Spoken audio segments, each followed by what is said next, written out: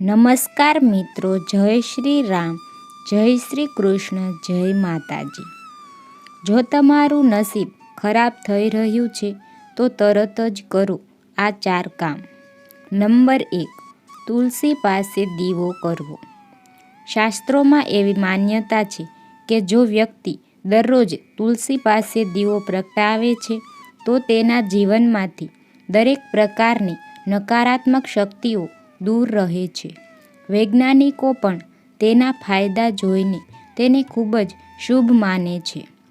Number 2, સ્નાન કરતી વખતે પાણીમાં હળદર નાખો. જો તમારું નસીબ તમારા સાથમાં નથી તો પાણીમાં 1 ચપટી હળદર ભેળવીને દરરોજ સવારે સ્નાન કરો.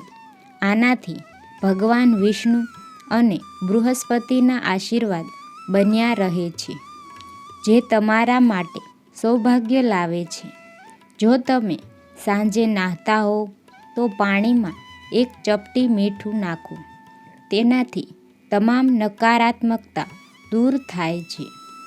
નંબર 3, પૂજા કરતી વખતે શંખ ફૂંકો.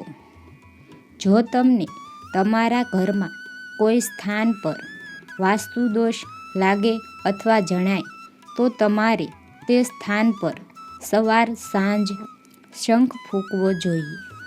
જો ઘરમાં શંખ ન હોય તો પૂજા કર્યા પછી તેની જગ્યાએ ઘંટ વગાડી શકો છો. તેનાથી નીકળતા અવાજથી પર્યાવરણની નકારાત્મક ઉર્જાનો નાશ કરે છે. નંબર 4, હનુમાનજીની પૂજા કરો. જો તમારા જીવનમાં સતત આર્થિક કે અન્ય સમસ્યાઓ આવતી હોય તો પંચમુખી હનુમાનજીની પૂજા કરવી ખૂબ જ શુભ છે. તેથી દર મંગળવારે કોઈ મંદિરમાં જઈને પંચમુખી હનુમાનજીની પ્રાર્થના કરો. સામે દીવો પ્રગટાવીને હનુમાન ચાલીસાનો પાઠ કરવો જોઈએ. હનુમાનજીની કૃપાથી ધન, કામ, શત્રુ વગેરે સમસ્યાઓથી મુક્તિ મળે છે. જો તમને આ માહિતી પસંદ આવી હોય તો વિડીયોને લાઈક, શેર અને સબસ્ક્રાઈબ જરૂર કરજો. Thank you.